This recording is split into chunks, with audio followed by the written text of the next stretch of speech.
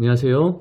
저번 주에는 대심도 빗물 터널에 대해서 얘기를 했습니다. 그래서 강우가 발생이 되고 그다음에 극한 강우가 발생됐을 때 도심지 홍수를 예방할 수 있는 시설물들이 무엇이냐에 대한 걸로 저번 주 대심도 빗물 터널까지 해서 정리를 했습니다. 그래서 오늘부터는 대심도 빗물 터널, 그다음에 저류지 또는 이제 저류지에 강우가 발생되면 유입시키는 가장 처음 빗물을 받는 시설물에 대해서 정리를 하도록 하겠습니다. 그러면 먼저 초기 호수 처리 시설이란 무엇이냐부터 알아보면서 가야 되겠죠.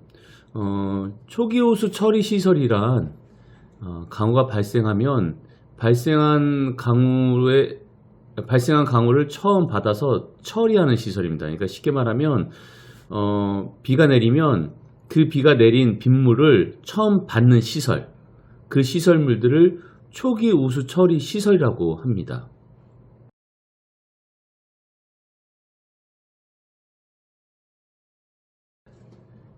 일단 초기 호수 처리 시설은 두 가지로 나눠 볼 수 있습니다. 그러니까 빗점 오염 처리 시설하고 그다음에 빗점 오염 처리가 되지 않는 시설물 두 개로 나눠서 볼 수 있습니다. 먼저 저희가 알아볼 거는 빗점 오염 처리 시설에 대해서 알아보겠습니다. 빗점 오염 처리 시설은 크게 세 가지로 또 나눠서 볼 수 있습니다. 자연형 시설과 장치형 시설, 그 다음에 망형 시설, 이 세 가지로 나눠서 볼 수 있는데요. 먼저 이 자연형 시설 같은 경우는 쉽게 말씀드리면 자연 그대로의 시설물이라고 보시면 됩니다. 그러니까 나무 여과기, 식물 재배 화분, 그 다음에 식생 체류지, 인공 습지, 그러니까 쉽게 말하면 자연과 같이 조화를 이룰 수 있는 시설물들을 말합니다. 그 다음은 장치 시설입니다. 장치 시설은 말 그대로 인공적으로 설치되는 배수 시설들을 말합니다. 쉽게 말하면 침투 도랑, 빗물통, 침투형 빗물 바지 등 이런 시설물들을 장치형 시설이라고 합니다. 마지막으로 망형 시설이 있습니다. 망형 시설은 말단부에 설치되는 시설물로 빗점 오염 시설물입니다. 그러니까 쉽게 말하면 빗점 오염물, 아주 작은 미세 이물질까지 걸러낼 수 있는 정확한 하수 종말 처리장처럼 빗점 오염 처리 시설 구조물을 만들어내는 겁니다.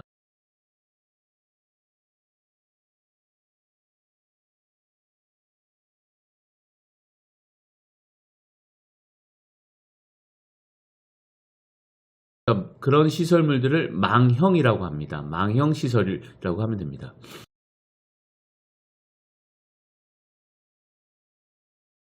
빗점 오염은 그러니까 어떤 특정할 수 없는 이물질들, 그러니까 어떤 그 물질들을 얘기를 합니다. 그러니까 뭐 쓰레기가 될 수도 있고 담배꽁초가 될 수 있고 그다음에 차량에서 나오는 뭐 분진들을 말할 수 있습니다. 그러니까 우리가 특정하게 이게 어디서 발생됐어, 이건 어떤 쓰레기야라고 확인되지 않는 그런 이물질들을 빗점 오염 이물질이라고 보면 됩니다. 그러니까 빗점 오염원이라고 하면 됩니다. 그러면 빗점 오염원에 반대되는 거는 뭐냐? 점 오염원입니다. 그러니까 점 오염원이라고 하는데, 이런 점 오염원들은 어떤 걸 얘기를 하냐면 가정에서 발생되는 생활오수, 그 다음에 공장에서 발생되는 폐수들, 아니면 축산업에서 생산되는 축산 오염물들을 얘기를 하고요. 이런 오염물들은 다 하수 종말 처리장이나 아니면 종말 처리장에서 처리를 하고 그 다음에 하천으로 방류하는 방식입니다.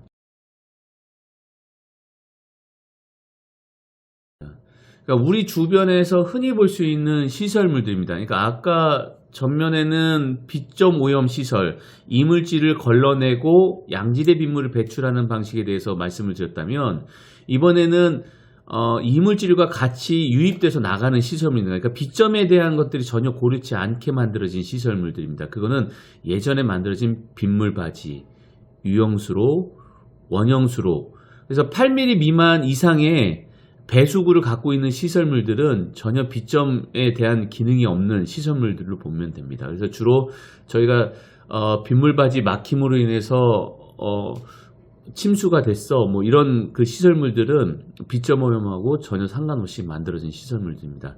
하지만 요즘에 그 빗점 오염, 그러니까 그 빗점 오염을 전혀 고려치 않은 시설물들, 그러니까 아까 말씀드린 빗물바지, 유형수로, 벤치플린과 원형수로 같은 구조물도 상부에 그레이팅 뚜껑을 망을 설치한다거나 그래서 이물질을 좀 걸러낼 수 있는 형태로 8mm 미만의 망을 설치해서 그 뚜껑을 바꿔서 교체하는 지금 사업들을 하고 있습니다. 이런 경우에는 빗점 오염 시설로 볼 수 있습니다. 단지 작은 입자를 걸러내는 게 아니라 큰 부유물을 걸러낼 수 있는 빗점 오염 시설로 볼 수 있습니다. 그래서 지금 현재는 모든 빗물 바지 유형수로 원형수로는 조금씩 배수구 뚜껑을 교체해서 빗점 오염 시설, 큰 이물질을 걸러낼 수 있는 빗점 오염 시설로 교체하고 있는 실정입니다. 특정하여 언제 만들어졌다고 말할 수는 없습니다. 단지 집단이 모여서 소규모 시설물들을 만들어서 자연스럽게 도시가 형성되면서 배수 시설이 만들어졌다고 추정할 뿐입니다. 그러니까 동양에서 보면 올해 궁에서 보면 그러니까 배수 시설들이 어떻게 됐는지 찾아볼 수 있습니다. 그리고 그리스 로마 시대에 먼 곳까지 그러니까 도시에서 물을 쓰기 위해서 먼 곳에서 수로를 만들어서 물을 사용했다라는 관련 자료들도 있습니다. 그리고 동양이나 서양이나 모두 이제 수레를 사용해서 그 물건들을 옮기고 뭐 이런 이동시키는 행위들을 하지 않습니까? 그러다 보니까 동양이든 서양이든 도로를 만듭니다. 그러니까 그 우리나라도 남해에서 한양까지, 그다음에 저 함경북도에서 한양까지 어찌됐건 그 물건들을 옮겨야 되지 않습니까? 그러면 그러기 위해서는 도로가 형성이 돼야 되다 보니까 그러기 위해서 도로를 만들었고, 로마도 마찬가지로 점정리가 생기면 가장 먼저 한 게 도로부터 형성을 했다고 그러지 않습니까? 그래서 보통 이런 도로를 형성할 때 물건들을 나르기 편하게 밑에 판석이나 사고석, 점토질의 도로를 형성을 하고요. 그리고 현 지반보다 약간 높게 만들었고, 높게 만들면서 양옆은 배수를 만들었다는 근거 자료들이 나오고 있습니다. 아이러니하게도 예전에 썼던 도로 방식, 옛날에 썼던 로마 시대 때 썼던 도로 방식과 현대에 쓰고 있는 도로 방식이 거의 흡사합니다. 로마 시대 때도 만들어진 도로를 보면 밑에 골재를 깔고 그다음에 포장재가 올라가고 양옆에는 선배수 시설이라고 유형수로 같은 배수 시설이 명확하게 있습니다. 현대에도 마찬가지입니다. 밑에 골재를 깔고 아스콘 포장을 하고요. 양옆에는 애령축구 또는 경계석을 설치하고 그다음 집수정이라는 배수시설을 설치해서 배관을 설치하고 물을 배출시킵니다. 또는 유형수로 같은 수로시설을 넣어서 물을 유도해서 배출합니다.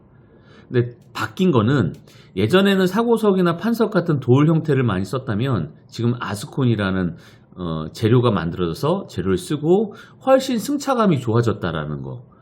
그 외에는 크게 달라진 게 없다고 보면 될 것 같습니다. 여기까지 일단 초기 우수 가장 기본적인 거에 대해서 말씀을 드리고요. 다음에는 시설물 하나하나, 그러니까 초기 우수에 들어가는 시설물 하나하나를 정확하게 좀 알아보겠습니다. 그리고 빗점 오염 시설은 어떤 시설물들로 또 구분이 져지는지, 그리고 빗점 오염 시설이 왜 필요한지, 뭐 이런 종합적인 걸 조금 더 디테일하게 하나하나 알아보도록 하겠습니다. 감사합니다.